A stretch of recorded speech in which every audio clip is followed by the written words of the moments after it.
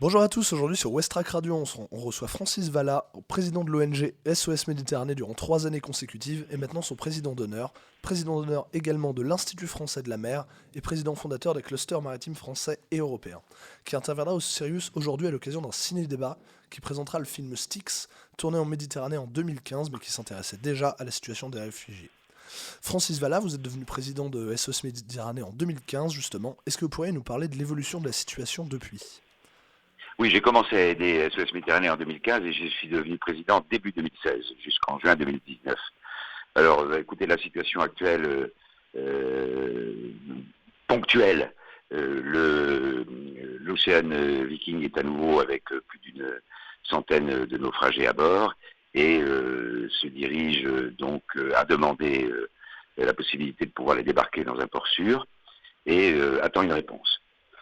Au niveau de la situation et du contexte politique, on est toujours dans une zone qui est avant tout une zone de non-droit en Méditerranée, principalement d'ailleurs à cause de toutes les difficultés que nous avons avec les autorités libyennes, sous l'autorité de laquelle nous nous plaçons, mais qui nous donne, soit ne répond pas, soit nous donne des instructions impossibles à appliquer. En revanche, le changement de gouvernement en Italie ouvre la porte à l'espoir que nous allons sortir des solutions au coup par coup à chaque fois qu'un bateau a des naufragés, mais avoir ce que nous réclamons depuis toujours et que finalement les États de droit ont intérêt eux-mêmes à mettre en place, qui est un système pérenne, lisible, fiable, transparent. Est-ce que vous nous parlez de l'association SOS Méditerranée et comment elle s'organise dans le concret justement? Oui, bien entendu. Alors écoutez, comme vous l'avez dit, elle est née en 2015, après le constat quand l'Italie, qui était très généreuse à l'époque, a arrêté une opération qui s'appelait Mare Nostrum,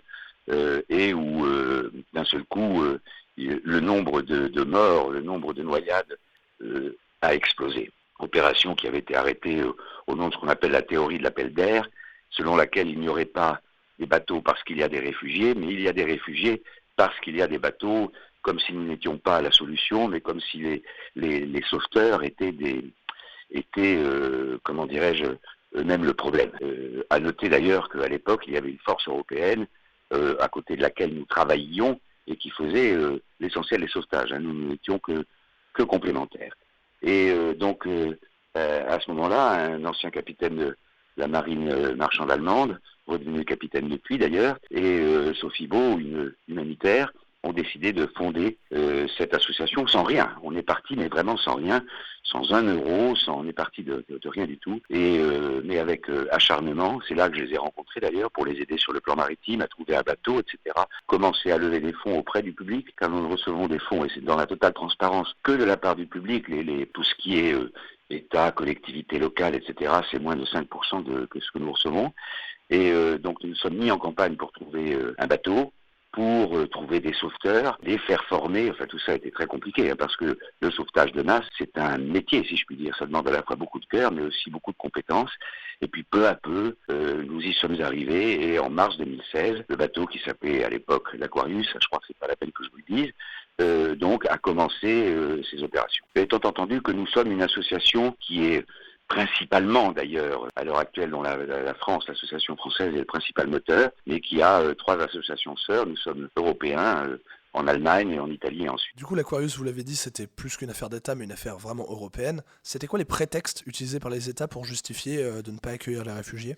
Au départ, il y a eu 2 époques. Une première époque jusqu'en 2017 et surtout 2018, l'arrivée de Salvini au pouvoir. Nous étions très soutenus et plutôt encensé pour ce que nous faisions, y compris par les États. J'avais été recevoir le prix du citoyen européen à Bruxelles. Nous avions eu un prix à l'UNESCO, le prix Houphouët-Boigny, le prix de la presse franco-allemande, etc. Et puis le jour où le monsieur Salvini a fermé les ports italiens, à ce moment-là, les États et nous, on savait que ça allait venir, parce que l'Italie ne pouvait pas gérer seule le problème. C'est ça qui a entraîné en fait les réactions d'extrême droite. Et à partir de ce moment-là, les autres États ont été mis face à leurs responsabilités.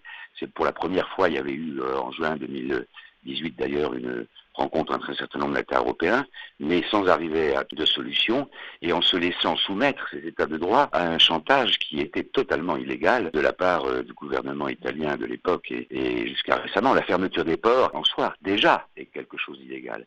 Mais en plus, pour vous donner un exemple, si vous voulez, le gouvernement italien a contacté les États dont nous battions pavillon pour dire si vous gardez l'Aquarius, les autres bateaux qui battent votre pavillon auront des problèmes dans nos ports.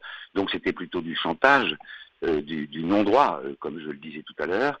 Mais l'indécision était telle, la division entre les États européens était telle pour trouver une formule, etc., que, en définitive, l'Italie, avec la Libye, donc quelle équipe, avec des fonds européens d'ailleurs, ont pu déployer ce jeu jusqu'à très récemment. Et du coup, je voulais vous demander quelles étaient les solutions préconisées par SOS Méditerranée face à cette crise de l'accueil. Alors je vais vous dire, SOS Méditerranée, c'est le sauvetage et seulement le sauvetage. Nous ne sommes ni légitimes ni compétents pour parler de politique, même si nous savons bien que notre action est politique au sens de la vie de la cité, mais pas politique politicienne. Et sur l'après, c'est la responsabilité des États. Nous, tout ce que nous disons, si vous voulez, c'est la solution ne peut pas être que ces gens coulent au nom des valeurs et même de l'identité européenne qui est faite de ces valeurs, qu'on les appelle républicaines, démocrates, humanistes ou autres. La solution ne peut pas être que ces gens coulent. Ensuite, nous obéissons aux instructions des États, nous sommes légalistes, et c'est évidemment à eux de trouver une solution. Tout ce que je peux vous dire, mais c'est à titre personnel, c'est qu'une solution qui passerait par, comme ça a été évoqué à plusieurs reprises, des lieux dans lesquels les gens, des ports sûrs correspondant au droit maritime, au droit international, à la non-assistance à personne en danger, etc. Donc des ports sûrs dans lesquels ces réfugiés doivent pouvoir être accueillis dans le respect de leur dignité et dans le respect de leurs droits aussi, et où seraient concentrés donc les moyens des États pour examiner leurs dossiers, mais que des plateformes, si je puis dire, d'accueil soient organisées, par exemple, ça peut être une piste. Et nous savons qu'aujourd'hui, un certain nombre d'États, en fait 8 à 14, toujours les mêmes, qui sont gênés quand même de ne pas se comporter en état de droit, nous savons qu'ils se rencontrent, il y a une réunion prévue des ministres de l'Intérieur le 23 septembre à Malte, il y en a une autre prévue ensuite en octobre à Luxembourg, justement pour mettre en place ce système pérenne et un système donc qui à la fois respecte les droits et permette d'agir rapidement et de façon humaine. Eh bien, merci d'avoir répondu à nos questions pour Westrack Radio. On rappelle ce soir à 19h45 au Sirius le film Styx, suivi d'une rencontre avec Francis Vallat et Chantal Sayeret sur la question des réfugiés. Merci d'avoir répondu à nos questions. Je vous en prie, merci à vous.